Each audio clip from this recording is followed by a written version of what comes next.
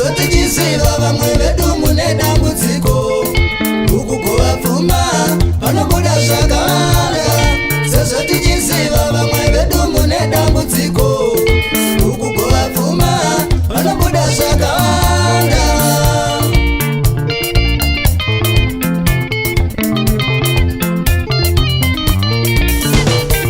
vamwe vedu ndana kuti ngaudonetiwa netsotso kukanganwa kufunga kuziva kuti kune vana vamwe vedu ndana muti ngaudonetiwa netsotso kukanganwa kufunga kuziva kuti kunoshandwa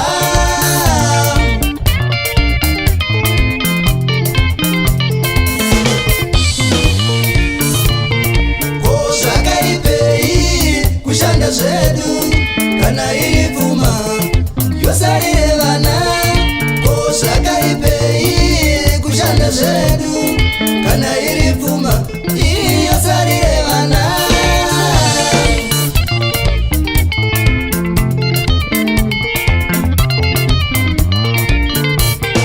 tinokumbirawo kwamuri imi veukama vose vana baba kuti muunzwe utsitsi tinokumbirawo kwamuri imi veukama vose vana baba kuti muunzwe utsitsi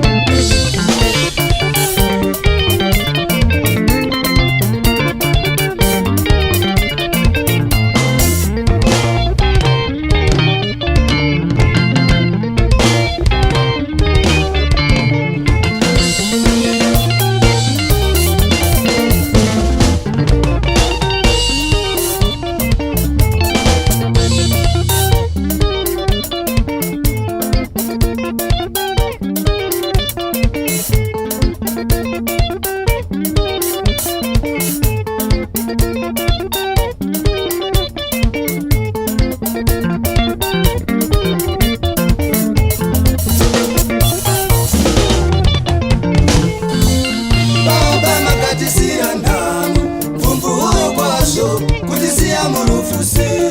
Dai zvenyu makaziva, dai makasiya manyorawiri, kuti pfuma ndeyevana taizomboshungurudzwa, kushayiswa hope isu kutitorera zvose.